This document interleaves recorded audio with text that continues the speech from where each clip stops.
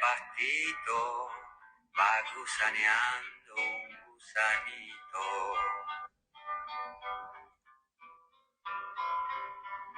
El gusanito va paseando.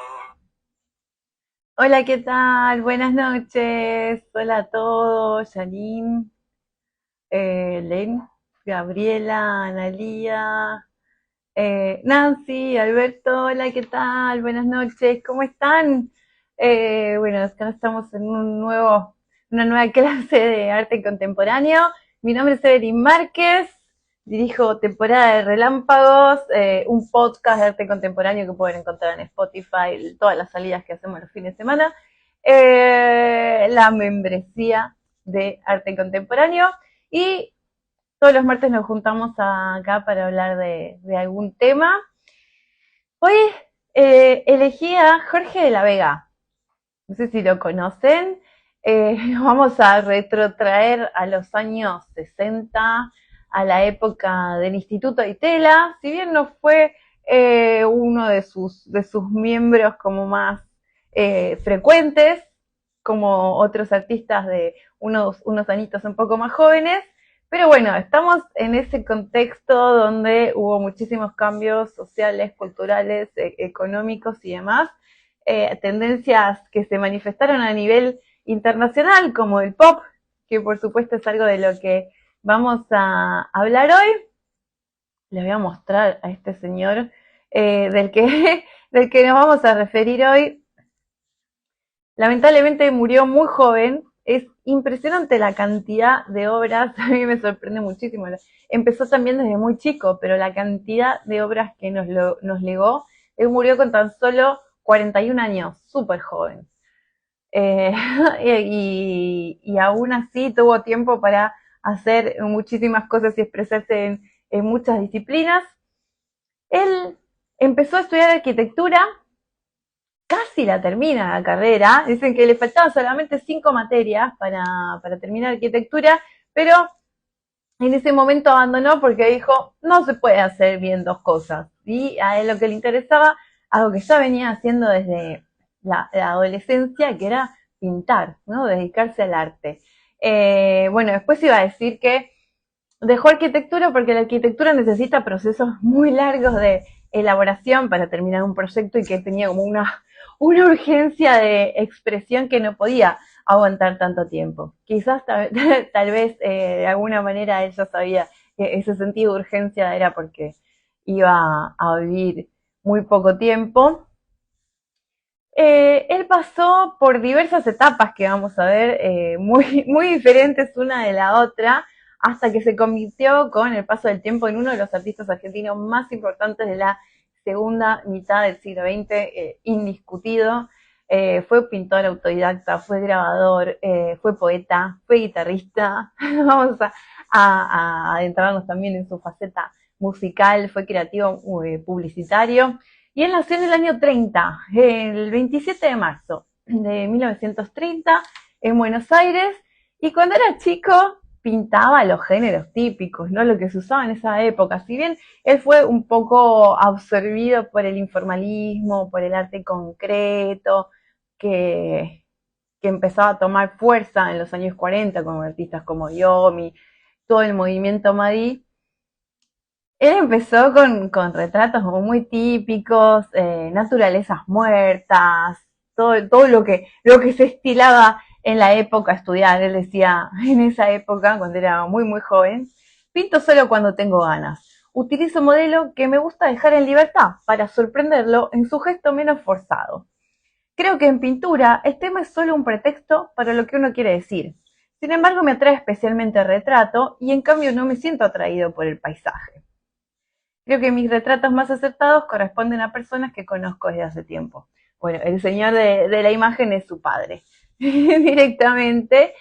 Nada, es muy raro escuchar hoy en día un arte contemporáneo. Bueno, sí, me gustan los retratos, los paisajes, no, es como que nos suena justamente a un discurso de otro siglo. Pero bueno, después del 53 aproximadamente, él tiene una etapa mucho menos figurativa, más geométrica, y un cambio grande en su estética va a venir cuando visita la Galería Whitcomb, una galería que sigue existiendo, que está por Santa Fe, muy cerca de la 9 de julio.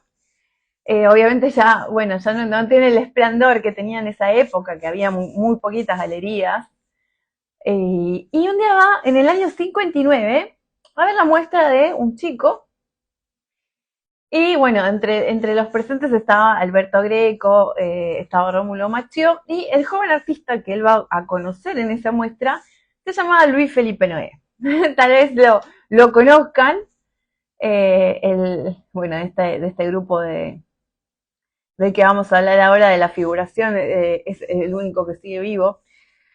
Y bueno, a él le interesó mucho el trabajo de Noé, así que le habló y le dijo que por qué no se juntaban, que querían conversar, querían intercambiar ideas, porque si bien lo que hacían era muy diferente, creía que podía llegar a encontrar algo interesante. De hecho, él dice que fue por influencia de Noé que su informalismo se va a ir convirtiendo en una nueva figuración. Va a retomar la figuración hasta cuando era más joven y pintaba este tipo de obras. Bueno, a esta dupla súper poderosa se va a sumar Rómulo Machio y Ernesto Deira.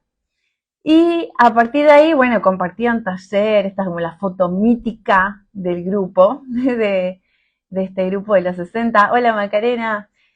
Y van a hacer una primera muestra conjunta entre estos 4 artistas en el año 61, en una galería Peuser, que también era muy famosa en esa época, y le van a poner a esta muestra otra figuración. Entonces, a partir de ese momento se va a conocer a esta agrupación como nueva figuración o como otra figuración. Y va a ser completamente, lo que ellos van a proponer va a ser completamente diferente a lo que se ha acostumbrado en ese momento, ¿no? Lo que era la estética hegemónica, que todavía venía con una estética muy abstracta, ¿no? Ellos como que van a reaccionar contra la pintura abstracta. De hecho, lo dicen en el catálogo escrito por ellos mismos, como una especie de declaración de principios. Reaccionamos contra la pintura abstracta como cosa establecida. En nuestra libertad expresiva sentimos la necesidad de incorporar la figura. Por eso, bueno, la nueva figuración. Lo que va a decir de la Vega es, no fue exactamente yo quien introdujo figuras humanas en mi pintura. Creo que fueron ellas mismas las que me utilizaron para inventarse. No fue una imposición involuntaria, sino un encuentro natural. Y ahora no podría presentir de ellas sin sentir cercenada mi voluntad expresiva.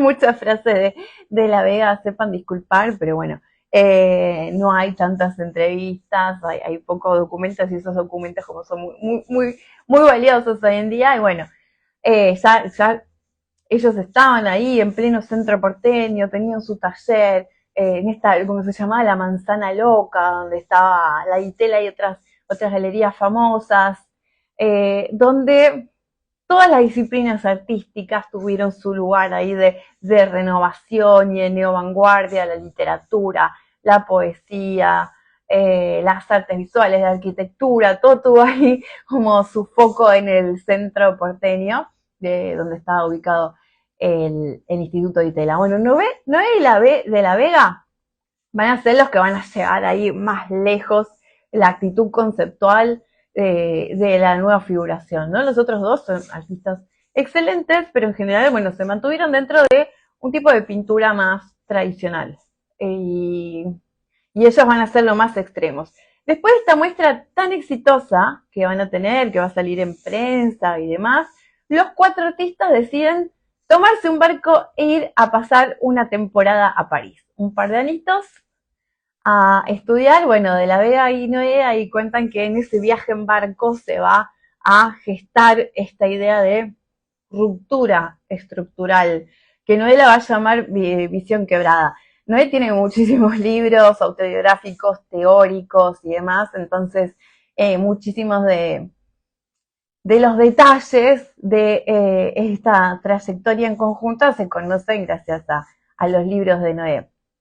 Y bueno, De la Vega ya trabajaba con elementos del informalismo como eran los chorreados, las manchas, pero va a empezar a incluir la figura humana porque el objetivo de la nueva figuración, esta nueva agrupación, era buscar una nueva imagen de la relación de los seres humanos con su contexto, ¿no? Lo que significaba también romper con cualquier tipo de paradigma y de figuración presentes hasta ese momento. Y bueno, ahí empiezan a atacar la idea de cuadro-ventana, ¿no? Esta idea tan tradicional europea del Renacimiento, del formato cuadrado, rectangular principalmente, que es como cuadro como una ventana al mundo, que da la impresión que continúa hacia los costados. Noé va a empezar a romper eso con la noción que él define como el caos, ¿no? Es su gran teoría del caos, donde daba vuelta a los bastidores, los retorcía, pintaba parte de las maderas, y empieza a armar más bien como un cuadro objeto. Ya en algún momento, como más cercano a la actualidad, casi instalaciones. Podríamos decir que son prácticamente instalaciones lo que empieza a hacer Noé, rompiendo así la imagen en tantas partes. Y de la Vega también queda una serie así como muy disruptiva, pero las obras se destruyeron. Entonces no queda, no están. Lo único que queda es esta foto y algún que otro registro más. Pero no está la obra física, no pervivió. Esto se llamaba Formas Liberadas. Y vas a trabajar también con los bastidores, los mismos elementos por ahora, no es como en las instalaciones que veíamos en la clase, la primera de este año. Todavía están trabajando con los materiales pictóricos por excelencia, el bastidor, el lienzo, solo que rompiéndolo, fracturándolo, cortando la tela, envolviendo las maderas rotas. Pero bueno, eso fueron todas experiencias efímeras. Después, entre 61, 62, De la Vega va a empezar a trabajar con una nueva serie que es absolutamente fascinante, que se llama Bestiarios. Esta obra se llama Vacío y va a ser un poco el tránsito de un paso a otro, donde empieza como a acumular todas las partes figurativas de un lado, las manchas, todo eso está acumulado en una zona del cuadro y todo el resto hay como una forma en blanco. Se parece un poco ahí al dibujito de la dignidad de los Simpsons. Y él decía en esta época, quiero que mi pintura sea natural, sin limitaciones ni fórmulas, improvisada, como es la vida que crece por lados que yo no quiero y hace lo que le da la gana. Otras veces es dócil. Quiero que mi obra choque con el espectador con la misma intensidad con que chocan todas sus partes entre sí, por pequeñas que sean. Una ficha de nácar sobre una mancha, el número junto a una piedra, una bestia de oropel, una quimera de humo, seres midiéndose con el vacío y un espejo para que se miren. La serie esta de bestiarios o de monstruos la va a desarrollar entre el año 63 y el 66. Muy así como concentradamente. Son collages de tamaños bastante grandes en general. Son obras muy impresionantes. Creo que es mi etapa favorita. Y empiezan a aparecer estos seres rarísimos. El término de bestiario, bueno, por un lado, remite a todo lo que es la literatura medieval, ¿no? Las fábulas referidas, los bestiarios medievales de todos estos animales fantásticos. Esta obra se llama Esquizobestia, que es como el mismo dibujo, pero en un lado está con tinta y en otro lado está usar todo tipo de materiales, como chapitas, tapas de gaseosa, botones, y bueno, las telas. Pero van a encontrar de todo. Si la miran de cerca, en vivo, no es lo mismo ver una foto, en una foto nunca se dan cuenta. Si tienen el lujo de ver una obra de la Vega en vivo, van a ver que tiene tanta cantidad de elementos que es impresionante. Y bueno, por un lado estaban estas fábulas medievales que después se reactualizaron cuando los europeos llegan a América y empiezan a armar todos estos bestiarios de supuestamente los salvajes, los seres fantásticos que había acá en América. Estos animales reales, quiméricos, que tienen implícito en general un contenido simbólico muy vinculado a la mitología en algunos casos. Y también no podemos obviar en esta época el libro de Julio Cortázar, ¿no? Que era muy de la época. Había salido en los años 50, no recuerdo el año exactamente, pero va a ser en los 60 cuando va a tener realmente una difusión fuerte el libro de bestiarios. Este es extraordinario, parece una de las películas de hoy en día de anime, la de Viaje de Chihiro, parece un personaje del Viaje de Chihiro, es alucinante. Él hizo una cantidad, a mí como que me entristece un poco, la cantidad de obras que él hizo es enorme, y no hay tantas que se puedan ver en colecciones públicas. Es cierto que casi todos los lugares tienen, ¿no? El Bellas Artes tiene 2 obras, el Fortabat creo que es el que más tiene, exhibidas, el Museo de Arte Moderno, bueno, la colección Clem que vamos a visitar este jueves tiene una también, pero la inmensa mayoría de estas obras están en colecciones privadas, entonces están totalmente fuera de nuestro alcance visual, eso me da muchísima pena. Me gustaría tener contacto con otras obras, bueno, y una serie que hizo en un viaje a Brasil y demás, son muy increíbles. Y hay una que está exhibida en el Bellas Artes, se llama Intimidad de un tímido.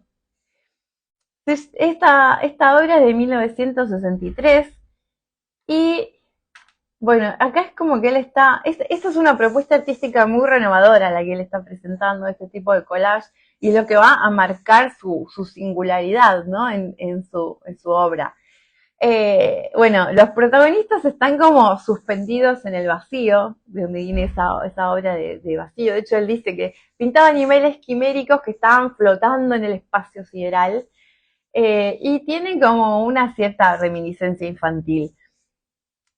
También en esa es muy curioso, no sé cómo era su vínculo con Bernie, pero Bernie también por esos años él empieza un poco más adelante, pero él también tiene su serie de monstruos que están vinculados en general a las pesadillas de Ramona, pero es como hay también un aire de época. Y bueno, esta es una obra que está exhibida en el Bellas Artes, ahora hay otra un poco más pequeña que tiene un nombre muy chistoso que es Urano en Casa 4. Lo que me encanta de Urano en Casa 4 es que si ustedes ven la catalogación del Museo Nacional de Bellas Artes, aparece como género onírico fantástico. Esa es la descripción. Esta es Urano en Casa 4.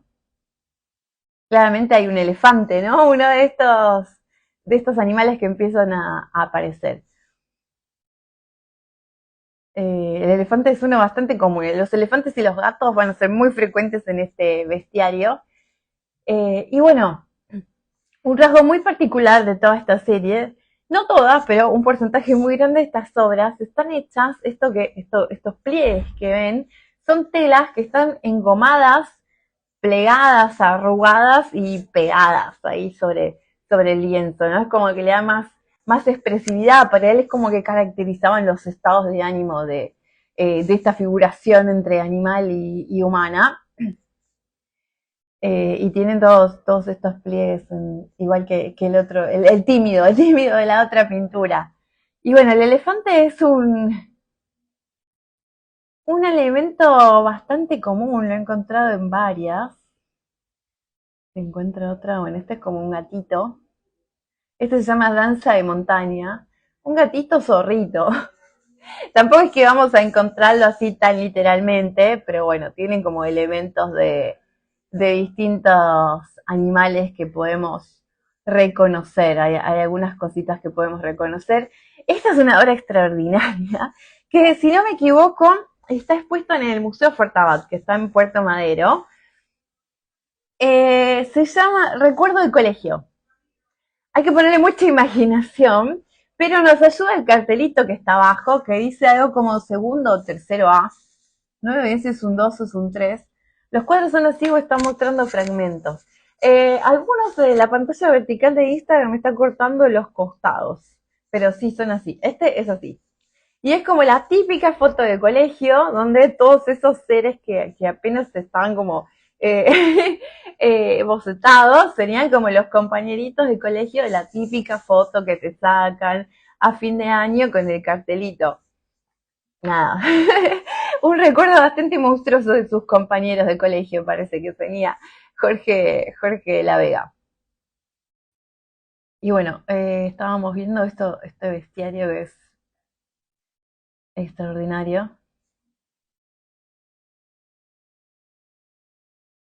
Este se llama El Día Ilustrísimo, es del año 64, y acá la cara se ve, ¿no? Que tiene de todo, mosaiquitos, tapitas, tiene frotage, bueno, distintas técnicas de pintura.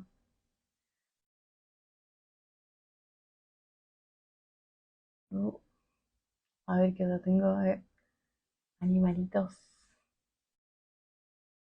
Esta serie es muy extraordinaria. En general tiene como un sentido lúdico importante. Ahí tenemos como otra especie de felino, gato. Se maneja con mucho humor siempre. Después también en sus canciones eso va a reaparecer cuando se pase a dedicar a la música y un toque infantil también fuerte. Este se llama Un gato en el espejo, que está como el reflejo también ahí un poco distorsionado, pero bueno, más o menos podemos ver el gatito que está ahí. Bueno, es un bestiario muy particular, muy personal el que va a crear. Este es el vampiro, que acá, y no sé si ustedes lo llegan a ver porque a mí me lo tapa el chat, pero en la parte de abajo, a la derecha a la izquierda, hay un murciélago. Por eso esta obra se llama El vampiro. Y después de estos 3 años, va a venir una etapa también muy diferente, que va a ser resultado de un viaje que él va a hacer a Estados Unidos. Va a viajar a Nueva York, va a ser invitado a dar clases en una universidad.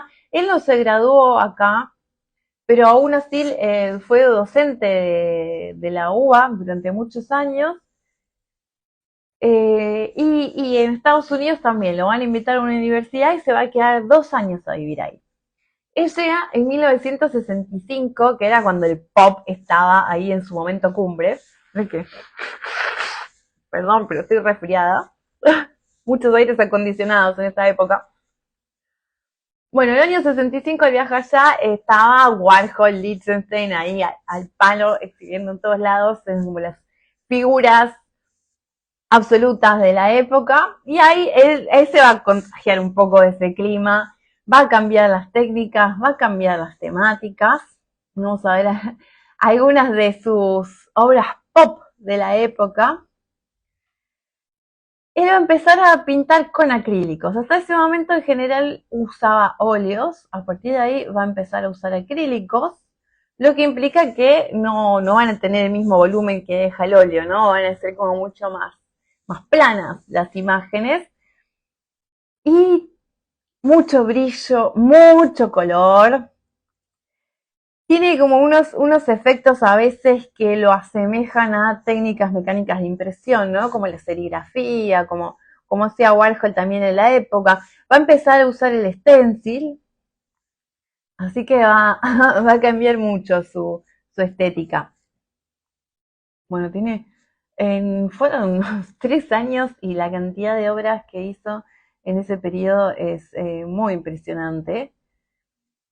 Esta se llama Eleanor Rigby, obviamente por el tema de los Beatles, y es una obra que está en el Museo de Fortabat, así que la pueden ver ahí. Esa es de un tamaño pequeño, debe tener 50 centímetros.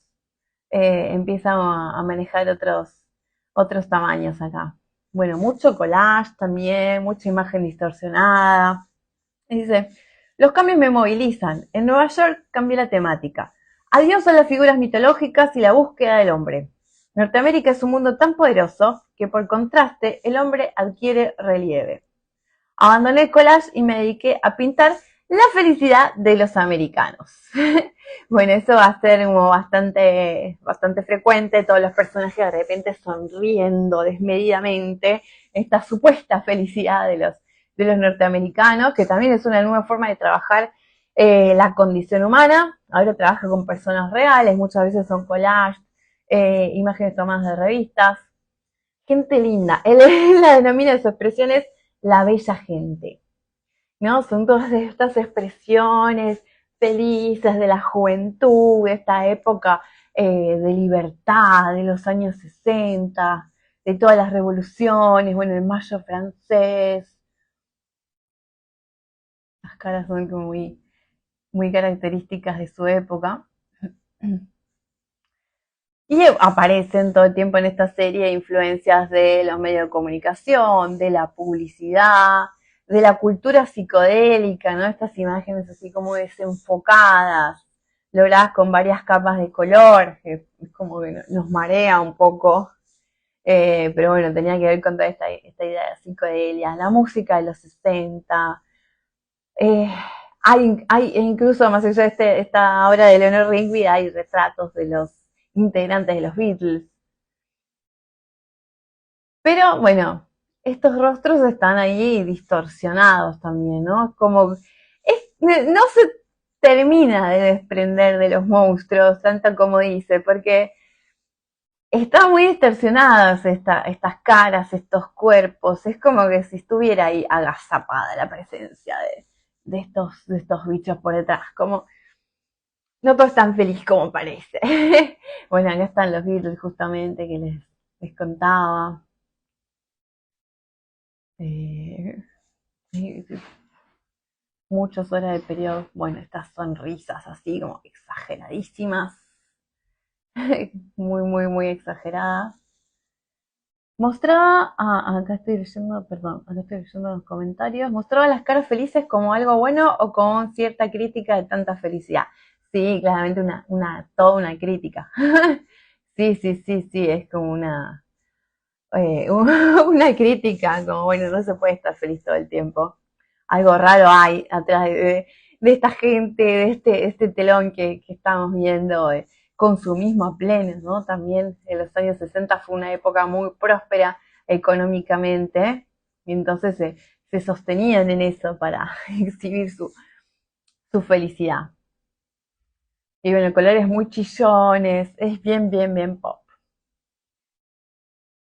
Y así va a llegar, yo estoy mostrando a todas las imágenes super coloridas, pero así va a llegar a una de sus series más importantes que va a ser en blanco y negro. Él hizo una obra muy importante que se llama Rompecabezas, que fue adquirida por el Malva. Quizás la vieron ahí. Cuando abrió el Malva estuvo muchos años como una obra permanente en el hueco que está ahí que comunica todos los pisos. Esta obra, él la prepara, él fue invitado por la Bienal de San Pablo para representar a la Argentina.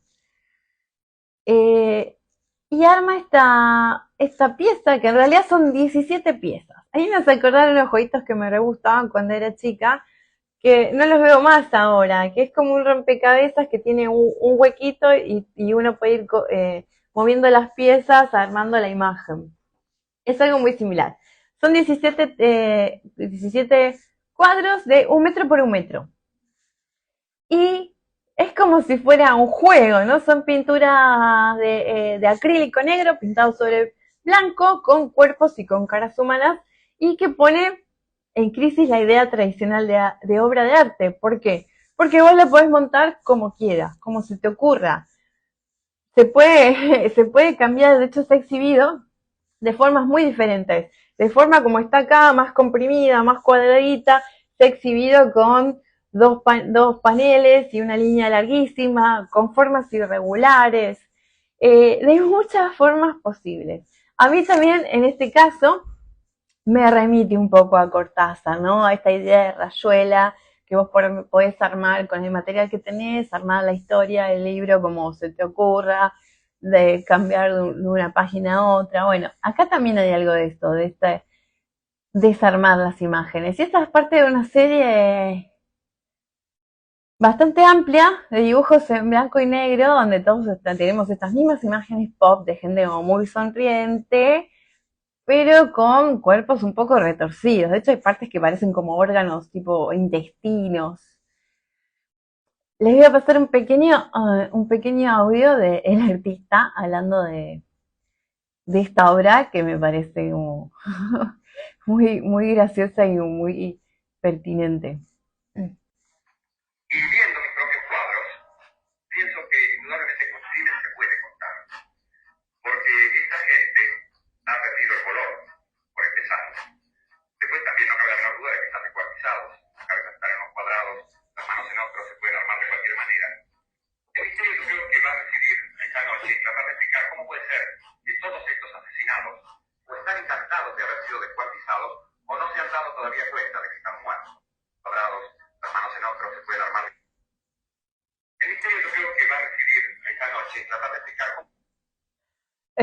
O sea, están muy felices de que están muertos o no se dieron cuenta de que los descuartizaron. Acá me dicen, en el tour de Cortázar de Buenos Aires siempre lo vimos a De la Vega, su obra y el personaje del nigromante. Mirá vos.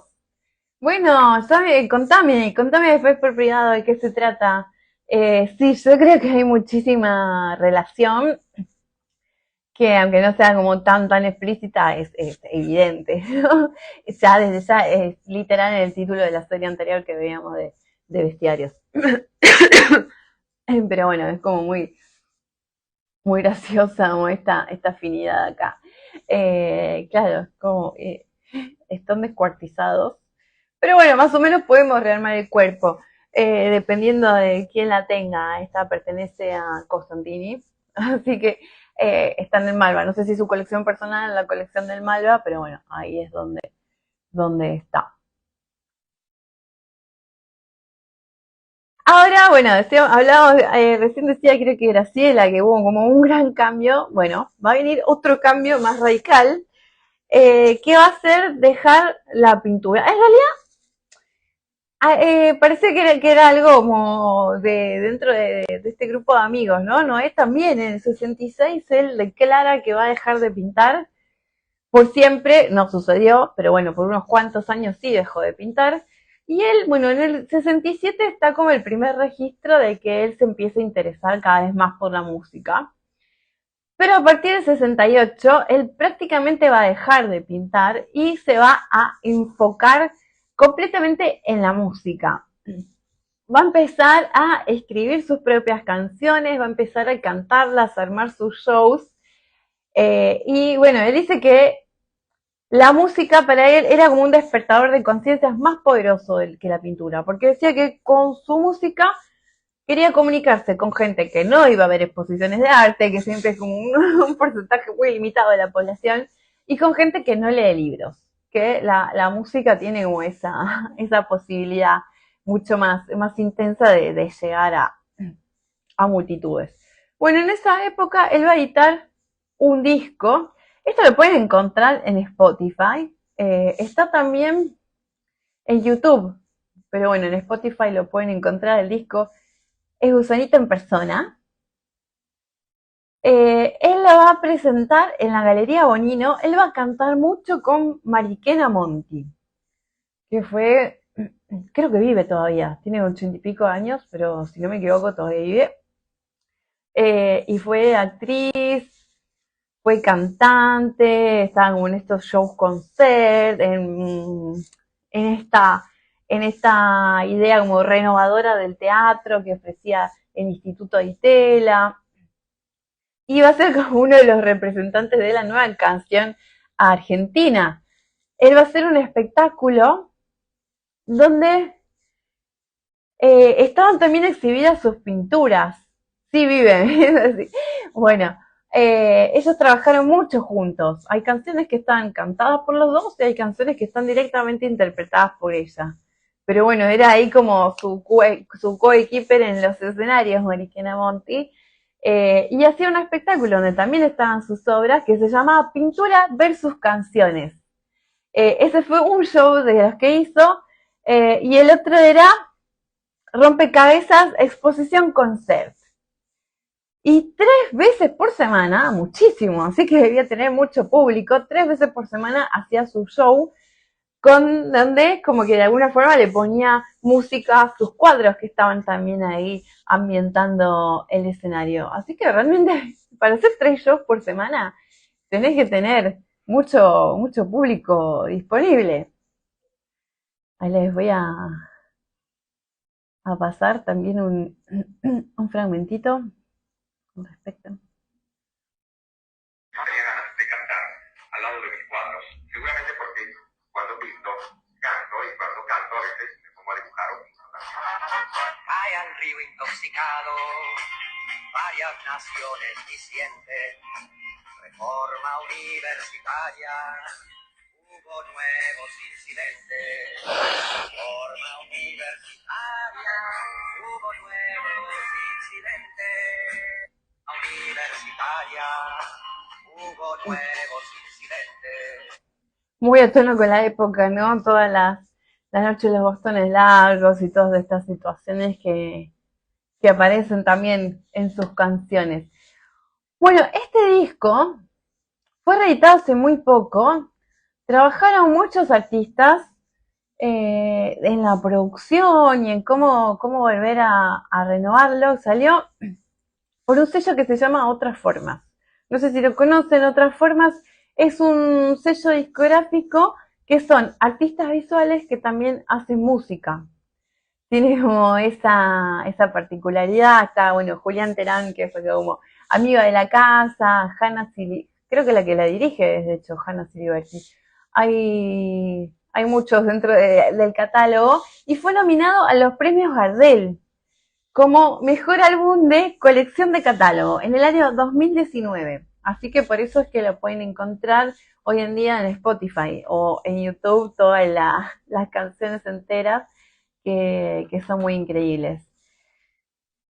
Bueno, hasta ahí llegó su carrera, lamentablemente no mucho más. Como le decía, él murió muy joven,